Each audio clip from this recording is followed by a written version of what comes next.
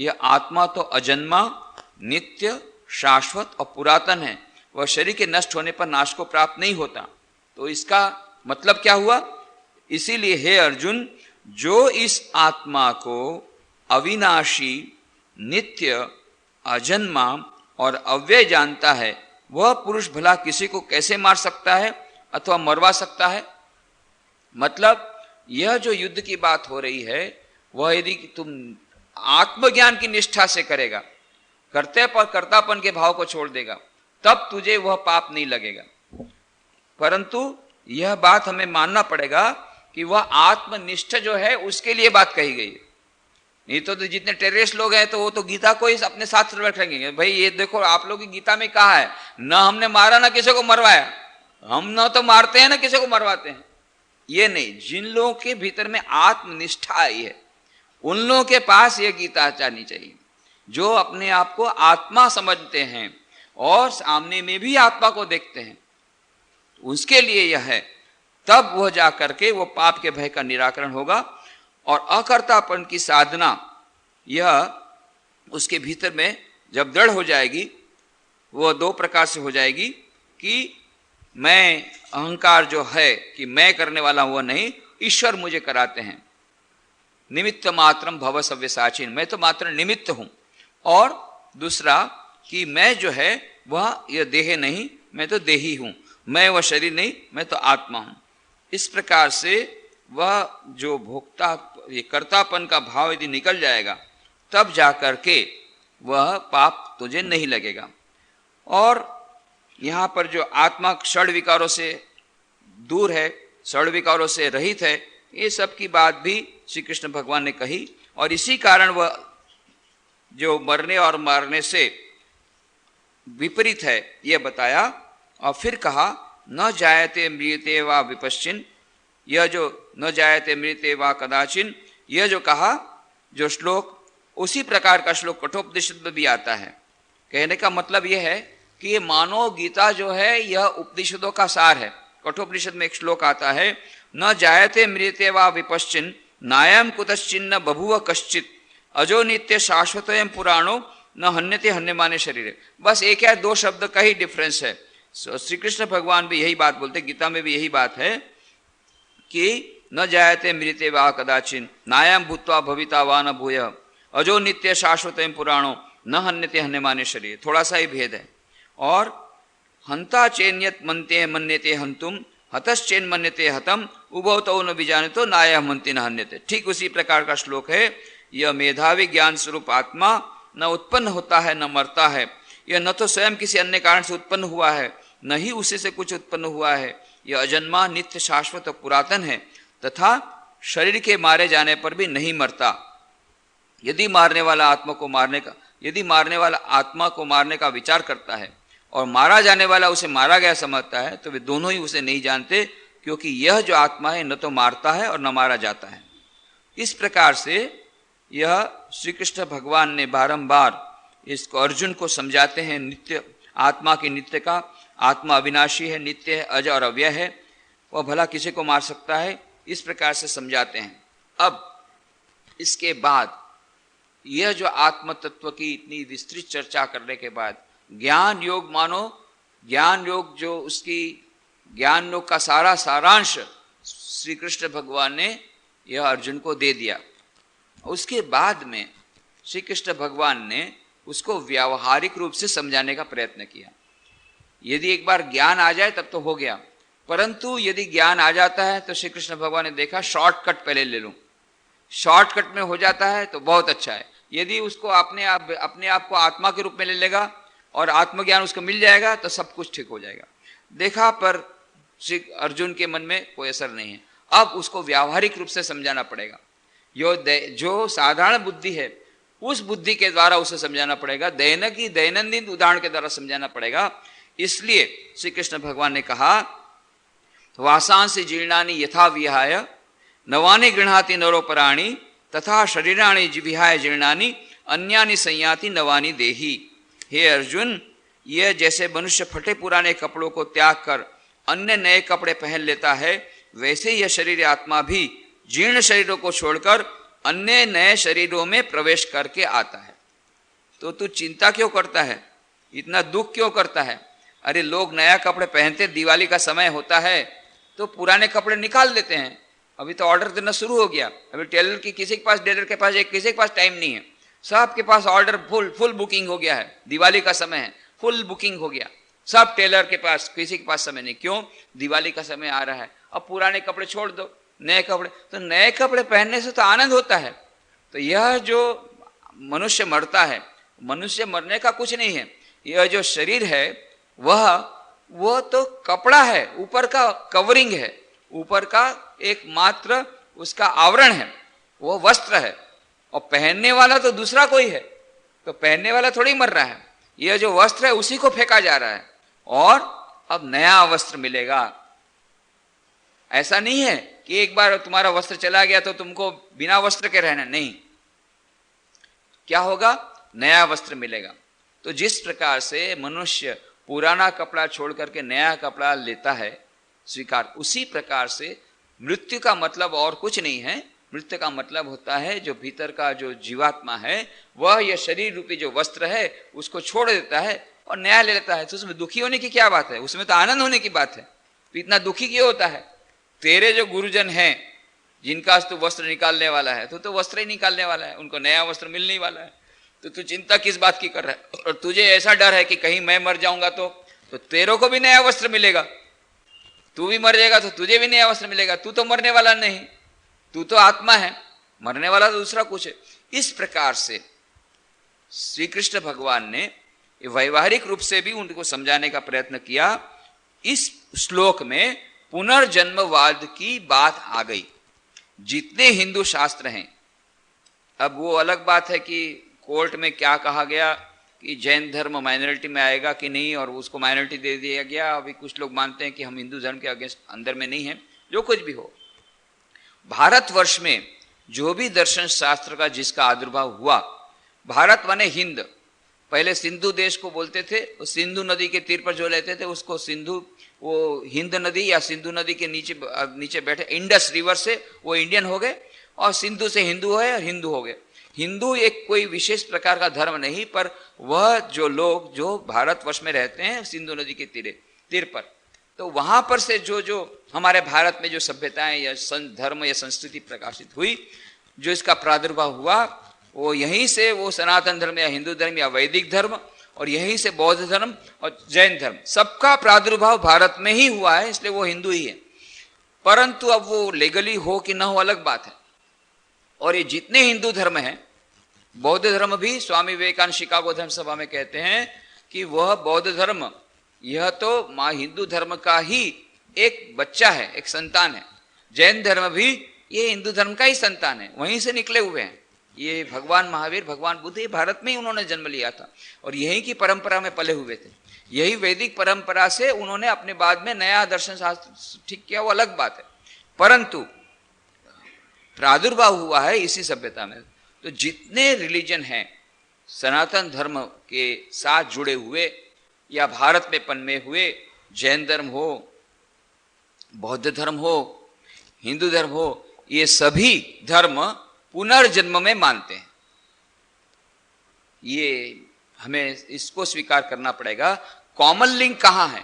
Common link यही है, ये जितने धर्म है, बौद्ध धर्म, जैन धर्म, हिंदू धर्म, ये पुनर्जन्मवाद में मानते हैं। थ्योरी ऑफ री इनकारनेशन, कि मनुष्य मरने के बाद फिर से उसका जन्म होता है। और थ्योरी ऑफ री इनकारनेशन के साथ साथ कर्मवाद भी जुड़ा हुआ है।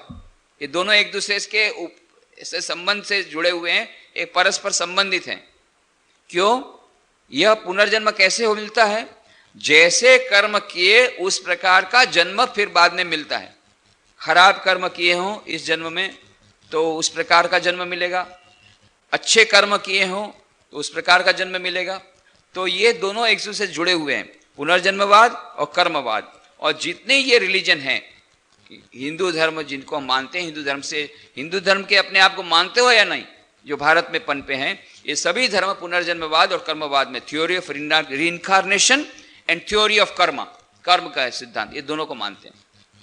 जितने सेमेटिक रिलीजन्स हैं, सो कॉल्ड सेमेटिक रिलीजन्स, जिसको बात इस्लाम है, ईसाई धर्म है, वहां पर ये थ्योरी ऑफ रीइंकार्नेशन की बात नहीं है, उसमें वो आत्मा की बात नहीं है, उसमें पुनर्जन्मवाद की बात नहीं है, उसमें ये कर्मवाद की बात नहीं है, उसमें तो एक ही ईश्वर है और वही सब ठीक करता है। और इस प्रकार से अब उसके अच्छे कर्म रहे तो उसको नरक में दे दिया, तो उसको स्वर्ग में ले गए, बस। उसके बाद में ये जो फिर से पुनः जन्म, ये सब की बातें उस धर्म में, उन सेमेटिक रिलीजन में, ईसाई धर्म या इस्लाम धर्म, ये सेमेटिक रिलीजन को जिनको कहा जाता है, उसमें ये नहीं है। पर जितने हिंदू धर्म से जुड़े हुए धर्म हैं उन सभी में पुनर्जन्मवाद और कर्मवाद। और यहां पर यह जो श्लोक दिया गया, जैसे हमने पहले भी कहा था चर्चा करते हुए, इस श्लोक में श्री कृष्ण भगवान डेफिनेटली, निश्चित रूप से पुनर्जन्मवाद को स्वीकार करते हैं कि हे अर्जुन, यह जो मनुष्य का मरना है वो ऐसा कुछ नहीं है कि उसने मर गया, नहीं, वह तो मात्र अपने कपड़े को बदलता है और उसे नया कपड़ा मिलता है और उसका फिर से पुनर्जन्म होता है, बार बार इस प्रकार से जन्म लेता रहता है। और उसके बाद में यह शास्त्रों में यह भी कहा गया, तो यह फिर बार बार जन्म लेता है, उसके बाद में यह उसका परिणाम क्या है, उसका कोई मीनिंग है, उसका कोई पर्पस है, उसका कोई उद्देश्य है। तो इसका उत्तर पाश्चात्य जड़वादी सभ्यता के पास नहीं है, पाश्चात्य वैज्ञानिकों के पास नहीं है। पाश्चात्य जो इवोल्यूशनिस्ट लोग हैं, जो क्रम विकासवाद की बात करते हैं, इवोल्यूशन की बात करते हैं, उनके पास नहीं है। जो डार्विन ने बहुत अच्छी बात कही, ओरिजिन ऑफ स्पीसीज नाम की किताब लेकर के उन्होंने क्रांति कर दी और उन्होंने कहा कि ये मनुष्य योनि ये अचानक नहीं आई है, ये क्रम विकास के बाद आई है। और ये मॉडर्न साइंस का ये मानना है कि यह जो पूरा जो विश्व हम देख रहे हैं, इसके भीतर में एक प्रकार की एक संबद्धता है, एक प्रकार का नियम है, नियमबद्धता है, ये बेनियम कुछ नहीं है। और यह जो जितने प्रकार के जीव दिखते हैं, सबका जो प्रारंभ का पॉइंट है वह है अमीबा। अमीबा से यात्रा शुरू होती है, अमीबा नाम का अत्यंत सूक्ष्म कीटाणु, और फिर उस प्रकार से धीरे धीरे उसमें बहुत सारे जीव होते हैं, फिर उसमें से और जीव होते हैं, ऐसा करते करते करते करते करते वह फिर बंदर बनता है, फिर बंदर के बाद में और जब उसका विकास हुआ तब जाकर के वह मनुष्य बनता है। यह है डार्विन की थ्योरी। तो ये थ्योरी में केवल मनुष्य के जैविक विकास की बात है, उसके भौतिक विकास की बात है, और उस भौतिक विकास में जितनी योनियां हैं, इनका जो विकास होता है, theory of evolution depends upon दो फैक्टर्स के ऊपर है। The selection, the theory of selection, यह जो है कि चुनाव ये अपने आप से करता है, survival of the fittest and the nature of selection. तो नेचुरल सिलेक्शन वो प्रकृति के अनुसार अपने आप को चुनता है, नेक्स्ट योनि को, और किसके अनुसार ये होता है, the survival of the fittest, जो सबसे अधिक योग्य रहता है, सक्षम रहता है, वह योनि बच जाती, बाकी चली जाती, वह कीटाणु रह जाता, बाकी सब चले जाते हैं, सर्वाइवल ऑफ द फिटेस्ट। परंतु यह जो आधुनिक विज्ञान जो थ्योरी ऑफ इवोल्यूशन के आधार पर है, उसमें कई चीजें ऐसी हैं जो आज के हमारे मॉडर्न मैन के लिए सफिशिएंट नहीं है, पूरी हमारी जितने जो प्रश्न है उनका उत्तर नहीं देते। कि भाई ये जो प्रारंभ तो हो गई यात्रा, उस यात्रा का अंत कहाँ है?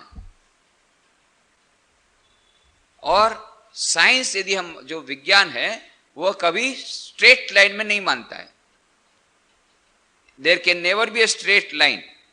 ए straight line when extended up to infinite time becomes a circle. कोई भी स्ट्रेट लाइन, ये मॉडर्न साइंस वाले जानते हैं, मैथमेटिक्स वाले जानते हैं कि सरल रेखा यदि वो अनंत समय तक, अनंत काल तक उसको खींच लिया जाए तो वह वृत्त हो जाएगी, वो नहीं जा सकती, अनंत से ऐसी बात है ही नहीं।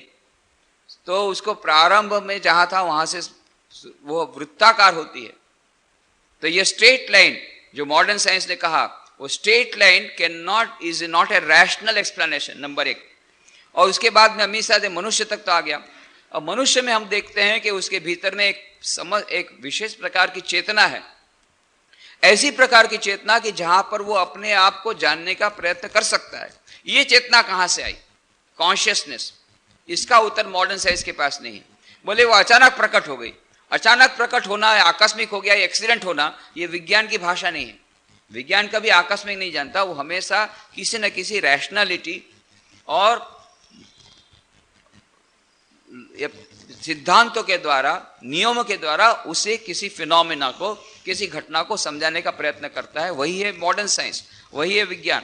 परंतु यहां जब आती है, बोलता विद्वान विज्ञान बोलता है नहीं, अचानक कहीं से पैदा हो गया, हमें पता नहीं कहां से कॉन्शियसनेस आई, और बाद में क्या होगा हमें पता नहीं है, स्ट्रेट लाइन का क्या होगा हमें पता नहीं।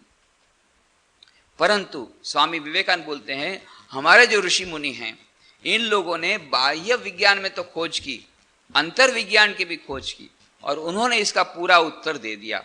उन्होंने कहा कि यह जो इवोल्यूशन है, वो इवोल्यूशन बिल्कुल ठीक कहा, डार्विन बिल्कुल सच्चे हैं, परंतु केवल थ्योरी ऑफ इवोल्यूशन मानने से नहीं होगा, we have to also accept theory of involution.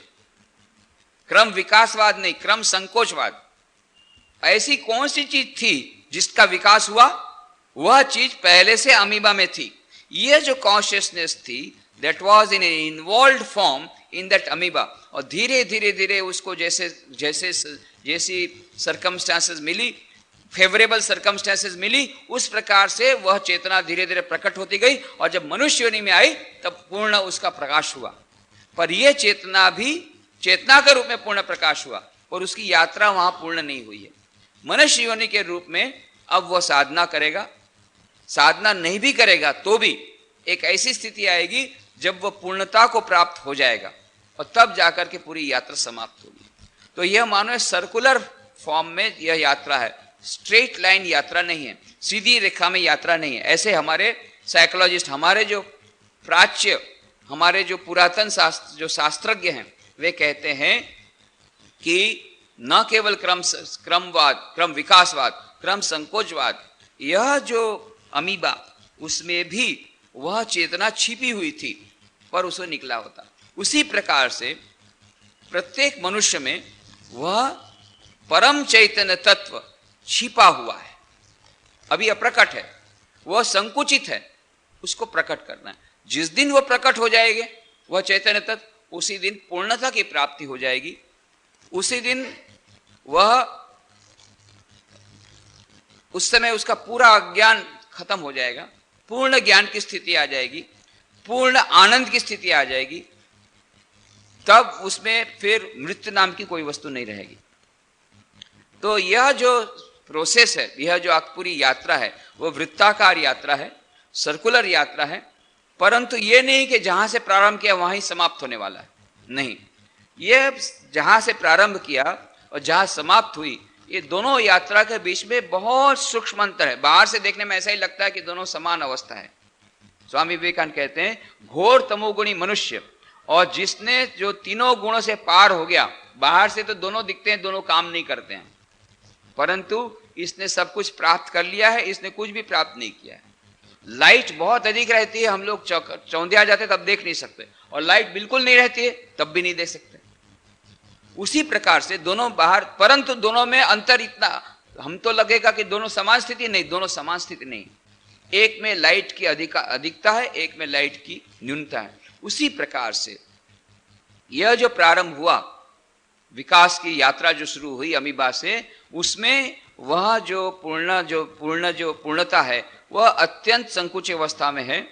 और वह जब वृत्त पूरा कर लिया, सर्कल पूरा कर लिया, उसके बाद में जो परफेक्ट मैन बन गया, जो बुद्ध बन गए, क्राइस्ट बन गए, रामकृष्ण बन गए, विवेकानंद बन, ये जो कौन बन गए, वो और अमीबा, ये दोनों में अंतर है।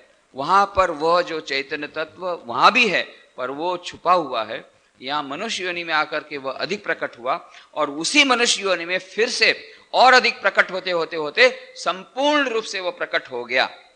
इसी को बोलते परफेक्शन। इसीलिए स्वामी विवेकानंद ने एजुकेशन की डेफिनेशन बताई। Education is the manifestation of the perfection already in man. Education क्या है, शिक्षा क्या है? मनुष्य के भीतर में जो परफेक्शन है, जो पूर्णता है उसका प्रगटीकरण यही बस शिक्षा है, और शिक्षा कुछ नहीं है। शिक्षा का सारा उद्देश्य भीतर के मनुष्य को बाहर निकालना, प्रकट करना है। फिजिक्स, केमिस्ट्री, मैथमेटिक्स, ज्योग्राफी अवश्य पढ़ो और उस पर पढ़ने में कोई हरकत नहीं है, परंतु जब तक पूर्णता की प्राप्ति नहीं हुई तब तक शिक्षा पूरी नहीं हुई। और रिलीजन की भी यही डेफिनेशन की स्वामी विवेकानंद ने, religion is the manifestation of the divinity already in man. और धर्म क्या है? सब प्रत्येक मनुष्य के भीतर में जो दिव्यता है उसका प्रगटीकरण, बस यही धर्म है।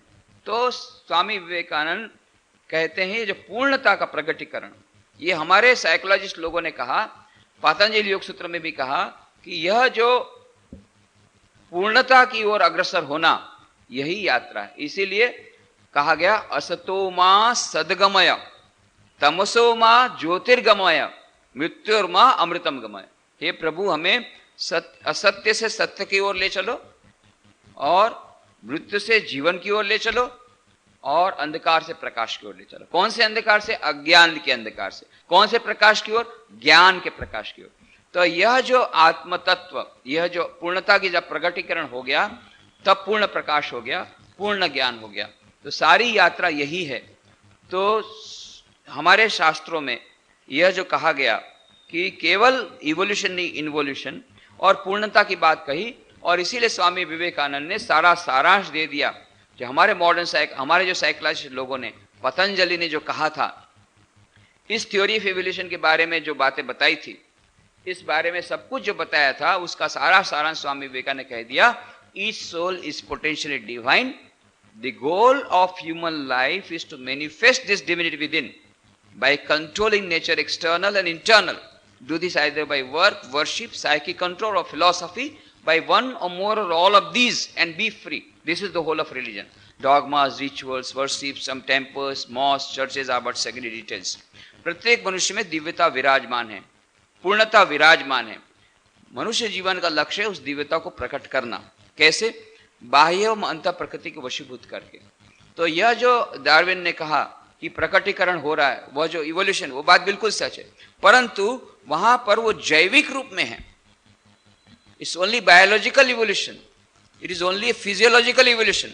और स्वामी कहते no psychological evolution, no not only psychology, spiritual evolution. ये नहीं होगा तो हमारी पूर्णता की प्राप्ति नहीं होगी, दिव्यता की प्राप्ति नहीं होगी। यह जो अंतर है। अब दूसरे अभी के जो मॉडर्न साइकोलॉजिस्ट हैं, मॉडर्न बायोलॉजिस्ट हैं, मॉडर्न सोशियोलॉजिस्ट हैं, धीरे धीरे हमारे वेदांत का यह जो मत है उसको स्वीकार कर रहे हैं। क्या? कि यह जो evolution is not of any meaning without being accompanied by involution theory, और साथ साथ में यह जो हमारा evolution at the human level, मनुष्य जीन की बात आती है तब हमारा जो इवोल्यूशन है वो डिफरेंट पैटर्न पर होता है, वह आध्यात्मिक बन जाता है। वहां केवल जैविक नहीं है, दूसरों का माल लूट लो। बाघ का एकमात्र काम है, सामने कोई भी आया लूटो खाओ, उसका एकमात्र यही इवोल्यूशन है उसका। कौन कितना ज्यादा मार सकता है किसी को और कौन कितना ज्यादा खा सकता है, सर्वाइवल ऑफ द फिटेस्ट। जो ज्यादा शक्तिशाली होगा बच जाएगा, और जो हिरण है वो निर्बल है वो खत्म हो जाएगा। ये theory of evolution. This is okay human stage में, परंतु मनुष्य स्टेज में केवल दूसरे को मार करके खा करके आगे बढ़ो, यह थ्योरी से हमारी भूता की पूर्णता प्रकटीकरण नहीं होगी। तो कैसे होगी? क्योंकि वहां जैविक हमें केवल प्रगति नहीं करनी, हमें आध्यात्मिक प्रगति करनी। तो जूलियन हक्सले ने कहा, जो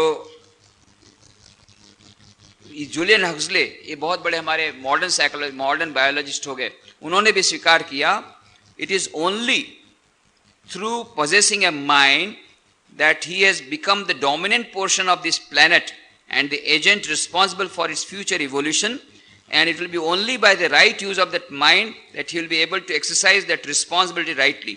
He could all too readily be a failure in the job. He will succeed only if he faces it consciously and if he uses all his mental resources of knowledge and reason, of imagination, sensitivity and moral effort. तो कहते हैं मनुष्य मन से युक्त है, यह जो ये मनुष्य है वह अपने प्रभावी तब हो सकेगा जब इस दिव्यता को इस तो यहाँ पर केवल बायोलॉजिकल बात से नहीं चलेगा। वे कहते हैं it is a psycho social evolution. इन्होंने कहा इवोल्यूशन आफ्टर डार्विन, ऐसा पुस्तक उन्होंने लिखी है जुलियन हक्सले ने। वो कहा द एमर्जेंस ऑफ डार्विनिज्म नाम के लेख में कहते हैं in the light of our present knowledge man's most comprehensive aim is seen not as mere survival, not as numerical increase, not as increased complexity of organization or increased control over his environment, but as a greater fulfillment, the fuller realization of more possibilities by the human species collectively and more of its components members individually. तो कहा आज के ज्ञान के आलोक में मनुष्य का सबसे व्यापक लक्ष्य न तो केवल जीवित बचे रहने में, न संख्या की वृद्धि में, न समुदाय की बढ़ी हुई जटिलता में और न अपने वातावरण पर अधिक नियमन प्राप्त करने की क्षमता में दृष्टिगोचर होता है, बल्कि वह तो अधिकाधिक पूर्णता के रूप में परिलक्षित होता है, जिससे कि मानव जाति समष्टिगत रूप से और उससे भी अधिक उसके विभिन्न घटक व्यक्तिगत रूप से अपनी अधिकतर संभावनाओं का चित्र अनुभव कर लें। और कहते हैं man's evolution is not biological but psycho social. यहां तक कि मॉडर्न साइकोलॉजिस्ट ने स्वीकार किया, स्पिरिचुअल की बात अभी नहीं कही, पर यहां तक तो कहा it is not only biological but not only physiological but psycho social. क्यों? समाज में रहना है और साथ साथ में मन हमारा उसके भीतर में संयुक्त है, तो it is a psycho social evolution. When it comes to psycho social evolution, survival of the fittest will not help, we have to serve others. तो ये दूसरे प्रकार की जो बातें हैं सेल्फिश जिनसे ऊपर उठने की, यह बातें जूलियन हक्सले ने कही।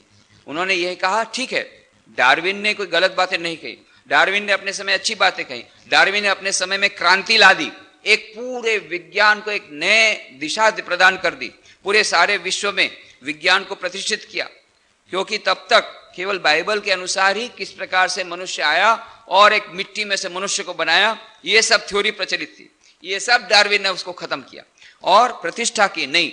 यह धीरे धीरे किस प्रकार से इवोल्यूशन हो रहा है। और इसमें कहते हैं Julian Huxley, a century after Darwin's modest statement that light will be thrown on the origin of man, we can truly say that as a result of Darwin's work in general and of the origin of species in particularly, light has been thrown on his destiny. तो मनुष्य के बारे में काफी कुछ प्रकाश हमें Darwin से मिला है, उस बात में कोई शंका नहीं है, परंतु डार्विन के अनुसार यह सारा इवोल्यूशन जो है, समस्त यह जो प्रोसेस है, यह हम लोग आगे बढ़ने का, वह केवल फिजियोलॉजिकल है, बायोलॉजिकल है। उस बात से अब मॉडर्न साइकोलॉजिस्ट भी स्वीकार सहमत नहीं है। जूलियन हक्सले ने कहा it is psycho social evolution, और हमारे शास्त्रों में कहा नहीं, हमारा तो अंतिम लक्ष्य है उस पूर्णता की ओर, और सारे जीवन की साधना जो है वह उन्हीं सब बाधाओं को दूर करने का है। तो चाहे वह साधना करे या ना करे, उद्देश्य है पूर्णता की प्राप्ति। उस पूर्णता की ओर मनुष्य अग्रसर हो रहा है। प्रारंभ की थी यात्रा, हम यदि एक नदी के पास खड़े रहे तो हमको तो थोड़ा सा ही दिखेगा कि हम तो दूसरों कुछ दिखता नहीं, पर नदी केवल इतनी नहीं है। उसी प्रकार से हमें दिख रहा है कि इतना नहीं, वो तो प्रारंभ हुई यात्रा अमीबा से, और समाप्त कहाँ होगी? समाप्त अमीबा पर नहीं होगी, वापस अमीबा में नहीं जाना है, परंतु समाप्त होगी यात्रा पूर्णता की ओर। पूर्णता की ओर हम अग्रसर हो रहे हैं, और वहीं जाकर के सारा फुलफिलमेंट हो जाता है। That is fulfilment. फुलफिलमेंट मतलब जो हमारा अंतिम ध्येय है उसको प्राप्त करना। और अंतिम ध्येय क्या है? अंतिम ध्येय यह है कि उसको प्राप्त करने के बाद कुछ प्राप्त करने का न रह जाए, अंतिम मंजिल तक पहुंच गए। वह जो अंतिम मंजिल है वह मनुष्य की है, वो अमीबा नहीं है, उस तरफ जाना है। और यह जो कुछ है, ये सारी प्रोसेस है, एक योनि से दूसरी योनि में जाना, या मनुष्य योनि में आने के बाद मरना, मरने के बाद फिर कब तक चलते रहे? जब तक उस पूर्णता की प्राप्ति नहीं होगी। और प्रत्येक मनुष्य को उस पूर्णता की प्राप्ति होगी। तो किसी ने कहा कि जब प्रत्येक होने वाली है तो साधना क्यों करें? साधना का अर्थ है जो हमारी बाधाएं आती है उसको दूर करना। तो ऐसे भी तो पहुंच जाएंगे, हाँ पहुंच जाएंगे, परंतु ऐसा कभी नहीं हो सकता। जब यहां पर कोई लोग बस स्टैंड में खड़े रहते हैं और जैसे ही बस आई सभी लोग दौड़ते हैं, मालूम है बस में जगह मिलने वाले, फिर भी दौड़ते हैं। ये दौड़ना ही मनुष्य का स्वभाव है कि मैं पहले प्राप्त कर लूं, मैं पहले पहुंच जाऊं, मैं पहले उस पूर्णता को प्राप्त कर लूं, यह स्वभाव ही है, इससे हम अलग नहीं हो सकते। नंबर एक। नंबर दो कि जितना जल्दी पहुंचेंगे उतना दुख कम होगा। और एक बार तो पहुंचना है। एक तिनका है, वो मान लो नदी में जा रहा है, तो नदी में जाते जाते जाते जाते जाते एक दिन तो समुद्र में पहुंच जाएगा, आज नहीं तो 40 साल बाद, 50 साल बाद, 200 साल बाद तो वो पहुंचना ही है। परंतु क्या होता है, कभी कभी आया, तिनका जा रहा है, बीच में एक पत्थर आ गया, वहां जाकर के फंस गया, अब वहीं फंसा रहा, फंसा बैठा है तो बैठा है तिनका। बाद में कोई नौकाबाज में जाने वाली होगी, नौके वाले ने कुछ किया तो पत्थर में वो जो घुस गया था वो निकल गया, फिर उसकी यात्रा शुरू हुई, फिर जाते जाते जाते जाते जाते कहीं पर जाकर फिर फंस गया। इस प्रकार से कहीं झाड़ी आ गई तो कहीं कोई मुर्दा टना तो वहां आ गया, इस प्रकार से फिर से वो रुकेगा, फिर से जाएगा, तो वो तिनका एक दिन पहुंचेगा। पर इन बाधाओं के भीतर, उन जो साधना का मतलब है, जो बाधाएं आती उसको दूर करना, तो हम लोग जरा जल्दी पहुंच जाएंगे। यही मात्र साधना का एक मात्र लक्ष्य है कि हमारे जीवन में जो बाधाएं हैं उनको दूर कर दें। और पतंजलि ने बहुत अच्छा उसका शब्द व्यवहार किया, क्षेत्रिकवत। एक किसान है, वो किसान क्या करता है, वह जो पानी तो बह रहा है, वो नया पानी नहीं बता, और चैनल ऑलरेडी कैनल बन रही है नर्मदा से, उसका ऑलरेडी योजना वगैरह बना करके, नर्मदा सरोवर बना करके, नर्मदा सरोवर योजना सब कुछ हो गया, पूरी कैनल बह रही है। पर उसने क्या किया, वो कैनल में से जो पानी आ रहा था, वो पानी अपने खेत में लाने के लिए एक मेड़ बनी हुई थी, वो मेड़ की जो मिट्टी थी उसको निकाल दिया और पानी अपने आप बहने लग गया। तो पूर्णता की प्राप्ति के लिए हमको कुछ कुछ करना नहीं, पूर्णता की ओर तो हम अग्रसर हो रहे हैं। अग्रसर होने में हमारे ही कुछ अशुद्धि, मन की अशुद्धि के कारण हम लोगों ने कुछ रोड़े अटका दिए हैं, हम लोगों ने एक मेड़ बना दिए, अहंकार रूपी मेड़, अशुद्धि रूपी मेड़। उस मेड़ को बस हटा दो और यह पूर्णता का पानी पहुंच जाएगा, यह पूर्णता अपने आप प्रकट हो जाएगी। सारी साधना का सार तो मंजिल क्या है, पूर्णता। करना क्या है, भीतर में जो बाधा आती है मेड़ को दूर करना, ये सारी साधना का। और यही 4 योग, ज्ञान योग, भक्ति योग, राजयोग, कर्मयोग, ज्ञान योग, स्वामी विवेकानंद कहते हैं 4 उपाय है, जिसको जो उपाय अच्छा लगे, चारों उपाय को मिल करके कैसे भी करके इन बाधाओं को दूर कर दो, तो अपने आप क्या होगा, भीतर में जो पूर्णता है वो अपने आप प्रकट हो जाएगी। यह जीवन का लक्ष्य है। उसके बीच में कितनी बार हमें जन्मना पड़ेगा, कितनी बार मरना पड़ेगा, अर्जुन ये तो सब खेल चल रहा है, ये सब चल रहा है, इससे तो क्या घबराता क्या है, ये तो कपड़ा बदलना है, और कई बार कपड़ा बदलना पड़ेगा, एक बार की बात नहीं है। ये सभी लोग कपड़े बदले हैं इसके पहले, तू भी बदलेगा, मैंने भी बदला है। श्री कृष्ण भगवान, मैं भी बाकी नहीं, मैं भी कपड़ा बदल बदल करके आता हूं, मैं भी नए नए कपड़े बदलता हूं, मैं भी पुनः पुनः आता हूं। बाद में 4थे अध्याय में कहेंगे श्री कृष्ण भगवान, यदा यदा ही धर्मस्य ग्लानिर्भवति भारत अभ्युत्थानम धर्मस्य तदात्मानं सृजाम्यहम् परित्राणाय साधूनां विनाशाय च दुष्कृतां धर्म संस्थापनार्थाय संभवामि युगे युगे। मैं भी बार बार जन्म लेता हूं, मैं अलग पर्पस से लेता हूं।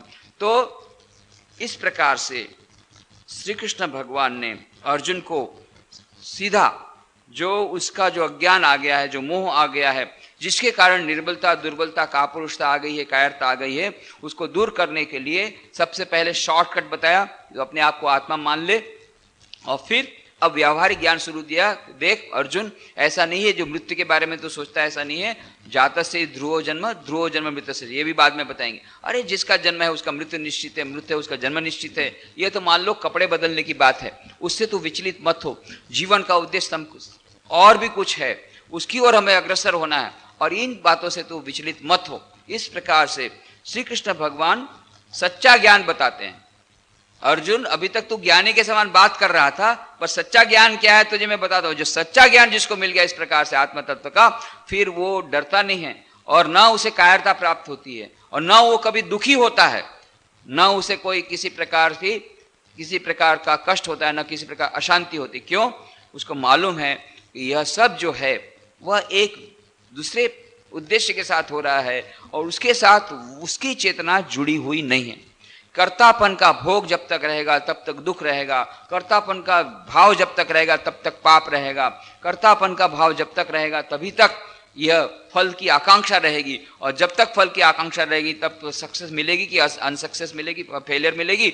और इस प्रकार का भय, इस प्रकार की आशंका, इस प्रकार की दुर्बलता, इस प्रकार की निर्बलता ये बनी ही रहेगी। तो ये कर्तापन का भाव और भोक्तापन का भाव कब दूर होगा? जब तू जानेगा कि तू आत्मा है, तो यह देह नहीं देही है। इस प्रकार से श्री कृष्ण भगवान ने शॉर्टकट में समझाने का प्रयत्न किया।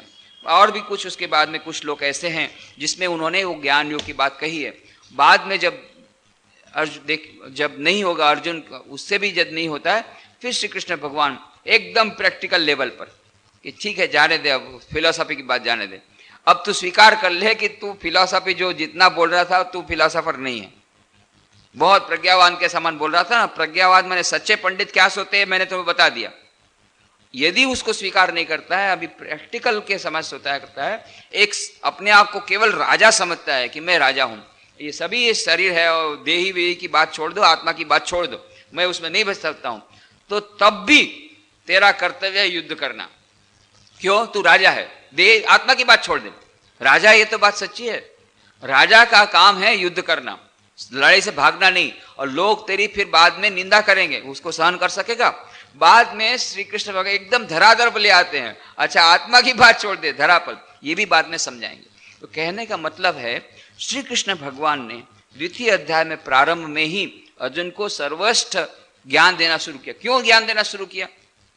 उनको लगा, पहली बात तो उनको लगा कि यदि शॉर्टकट से हो जाता बहुत अच्छा था, फिर इतना लंबा प्रोसीजर नहीं करना, एक। दूसरा, श्री कृष्ण भगवान ने ऐसा, अर्जुन ने उपदेश देना शुरू कर दिया था, ज्ञान बघाड़ना शुरू किया था, इसीलिए श्री कृष्ण भगवान ने कहा कि तू बात तो बड़ी बड़ी कर रहा है ज्ञानी की, तो ज्ञान, सच्चा ज्ञान क्या है तुझे बता देता हूं। ये जो सच्चा ज्ञान है, ये सच्चा ज्ञान तुझ में आया है? नहीं आया है तो स्वीकार कर ले, मेरे में नहीं आया, सच्चा स्वीकार कर ले। पर बातें बड़ी बड़ी करता है ज्ञानी की, और काम जो बता रहा है, जो सच्चे ज्ञानी वो कभी शोक नहीं करते, जो मृत्यु हो गया उनकी भी शोक नहीं करते, जो नहीं मरे उनका भी शोक नहीं करते। इस प्रकार से श्री कृष्ण भगवान ने गीता के माध्यम से, अर्जुन तो मानो एक माध्यम है, सब जीवों का प्रतिनिधि है, वो तो बछड़ा है, उस बछड़े को देख करके गाय दूध देती है, तो उपनिषद रूपी गाय को श्री कृष्ण भगवान ने दोहा है। और कैसे दोहा?